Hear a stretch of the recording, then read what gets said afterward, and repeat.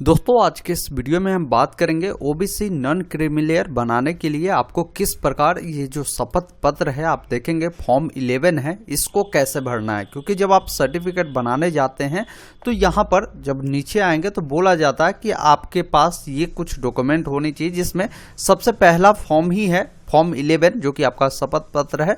इस फॉर्म को भरने में काफ़ी सारे लोग कंफ्यूज है और काफ़ी सारे लोग गलत जानकारी भी इसमें फिल कर रहे हैं, जिन कारण से लगातार काफ़ी सारे लोगों का नॉन क्रीमी लेयर प्रमाण पत्र जो है वो रिजेक्ट किए जा रहे हैं। तो वीडियो को आप ध्यानपूर्वक देखिएगा, इसमें सिर्फ हम ये आपको बताएंगे कि इस सर्टिफिकेट को आप कैसे भरेंगे। बाकी आपको समझना है कि इस सर्टिफिकेट के लिए कैसे फॉर्म को भरा जाता है ऑनलाइन, इसके बारे में जानना है तो आपको आना होगा हमारे चैनल के लोगो पे क्लिक करिए और एक प्ले लिस्ट का एक सेक्शन मिलेगा जिस पर क्लिक करेंगे, एक RTPS पोर्टल ऑल वीडियो मिलेगा जिस पर जब आप क्लिक करेंगे तो यहाँ पर आपको फर्स्ट वीडियो ही मिल जाएगा ओबीसी नॉन क्रीमी लेयर के लिए कैसे ऑनलाइन अप्लाई करेंगे, जिसमें हमने स्टेप बाय स्टेप प्रोसेस बताया। तो आइए जानते हैं पहले कि इसके लिए शपथ पत्र को आप कैसे भरेंगे। अगर इस शपथ पत्र को नहीं यहाँ पर अटैच करते हैं तो फिर आपका प्रमाण पत्र बनने वाला भी नहीं है। इसमें सबसे पहले बोला गया कि मैं मतलब कि जो लोग आवेदन कर रहे हैं उनका क्या नाम है वो नाम यहाँ पर लिखना है। जैसे मान लीजिए डेमो के लिए हम बता रहे हैं कि किन्हीं कैंडिडेट का नाम राम है तो वो लिखेगा राम कुमार। जिस अनुसार आपने अन्य प्रमाण पत्र बनाया होगा उसमें देखे कि आपका नाम किस अनुसार है, आधार कार्ड के अकॉर्डिंग जानकारी को फिल करें। अब यहाँ पर देखिए पुत्र पुत्री पूछी जा रही है। अगर कोई लड़की है फिर भी उनको फादर का नाम ही देना है, अगर कोई लड़का है फिर भी उनको फादर का नाम, यहाँ पर पिताजी का नाम आपको लिखना है। साथ ही साथ यहाँ पर समझना जरूरी है, जैसे अगर मान लीजिए आप ग्रामीण क्षेत्र से आते हैं तो इस गांव वाले विकल्प पर टिक कर दीजिए।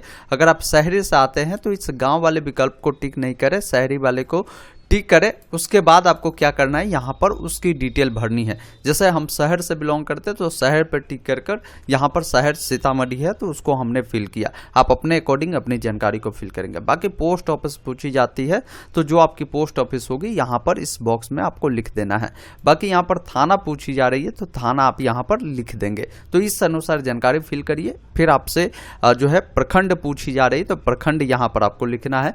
फिर आपसे अनुमंडल पूछी जा रही है तो यहाँ पर अनुमंडल आप लिखेंगे। जिला पूछी जा रही है तो यहाँ पर आपको जिला लिखना है और राज्य पूछी जा रही है तो बिहार आपको देना है। तो इस प्रकार ये डिटेल फिल करिए। उसके बाद नीचे आएंगे, 1 नंबर पॉइंट में बोला गया कि मैं डॉट डॉट जाति से संबंध रखता हूँ या रखती हूँ। तो मतलब सीधा है कि अगर कोई कैंडिडेट पिछड़ा वर्ग से संबंध रखता है या कोई अत्यंत पिछड़ा वर्ग से संबंध रखता तो लिखेगा पिछड़ा वर्ग और ब्रैकेट में आप अपनी जाति को दर्शा दे। इन बातों को ध्यान रखें, जाति दर्शा देंगे इससे क्लियर हो जाती है। इसी अनुसार कोई अत्यंत पिछड़ा वर्ग से आता है तो अत्यंत पिछड़ा वर्ग ब्रैकेट में आप जाति भी लिख सकते हैं या नहीं भी लिखेंगे, इससे कोई खास फर्क नहीं है। लेकिन आपको बताना होगा कि आप पिछड़ा वर्ग या अत्यंत पिछड़ा वर्ग से बिलोंग करते हैं, वो जानकारी आपको यहाँ पर लिखना है। बाकी 2 नंबर पॉइंट में यहाँ पर जब नीचे आएंगे तो कुछ भरने के लिए आपको नहीं दिया गया। बाकी आप 4 नंबर पॉइंट में आएंगे तो यहाँ पर जानकारी फिल करनी है। देखिए ध्यान से समझिए, काफ़ी सारे कैंडिडेट यहाँ पर कंफ्यूज हो जाता है। देखिए क्या लिखा हुआ है कि मेरे पिता या माता की जो वेतन है उससे वार्षिक आय कितना है। तो आप क्लियर इतना समझिए, ये जो वेतन शब्द लगा दिया गया तो वेतन सभी के माता पिता का नहीं आता होगा। बहुत सारे ऐसे कैंडिडेट हैं जिनके माता पिता सरकारी जॉब में होंगे, उनको यहाँ पर बताना है कि आपके माता पिता का कितना सैलरी आती है। अगर नहीं आपके माता पिता जॉब में है, आप सिंपली यहाँ पर शून्य लिखे। शून्य क्यों लिखे, आप 0 भी लिख सकते हैं, लेकिन ऐसा नहीं, क्योंकि यहाँ पर शब्दों में बताया गया तो आपको शब्दों में ही लिखना है। इन बातों को ध्यान रखिएगा। ये सब कॉमन बातें हैं, इसको अगर फॉलो नहीं करते तो इन कारणों से यह अभी काफ़ी तेजी से रिजेक्ट हो रहे हैं। इसके अलावा 5 नंबर पॉइंट आपको समझना बेहद जरूरी है। इसमें बताया गया कि मेरे माता पिता के अन्य स्रोतों से बिजनेस प्रोफेशन सहित कुल वार्षिक जो आय है वो बतानी होगी। देखिए इसमें अब अन्य सभी लोग आ जाएंगे जिनके माता पिता अगर फार्मर है, किसान है या अन्य किसी भी प्रकार के वो काम करते हैं तो आप इसके तहत आप बताएंगे कि आपकी सालाना इनकम कितनी है, जो आपने इनकम सर्टिफिकेट बनाया होगा।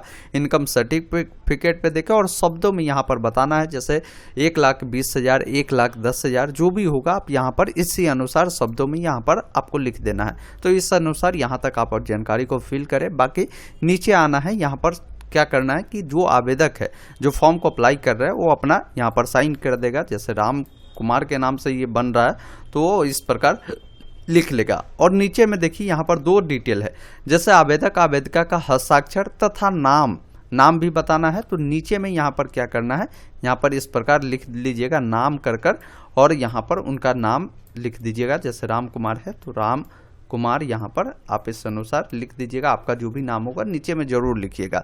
बाकी यहाँ पर पहले से आपको बतानी है कि इस फॉर्म को आप कहाँ से भरते हैं वो डिटेल लिखिएगा। और यहाँ पर दिनांक भरना है। दिनांक कौन सा भरेंगे समझिए, जैसे आज अगर आप शपथ पत्र भर रहे हैं लेकिन फॉर्म अगर आपको कल भरना है तो आपको कल के डेट डालना है। जिस डेट को आप फॉर्म ऑनलाइन सबमिट करेंगे उस डेट को यहाँ पर डालना है। इन बातों को ध्यान रखिएगा। इसको भरने के बाद आप ऑनलाइन अप्लाई करने जाए और इस फॉर्म को लगाए, अपना आवासीय प्रमाण पत्र लगाए, जाति प्रमाण पत्र लगाए, आय लगाए और 100% आपकी फॉर्म अप्रूव होगी। बाकी की जानकारी के लिए इस वीडियो को आप देखिएगा। हमने स्टेप बाय स्टेप आपके लिए पूरी जानकारी समझाया है जिससे आपको कहीं भी कोई परेशानी नहीं होगी। बाकी हमारा ये अपडेट अगर आपको पसंद आया हो तो इसे लाइक शेयर कर दीजिए, ताकि काफ़ी सारे लोग इसको लेकर कंफ्यूज होते हैं कैसे फॉर्म को भरा जाता है। वीडियो देखने के लिए बहुत बहुत धन्यवाद।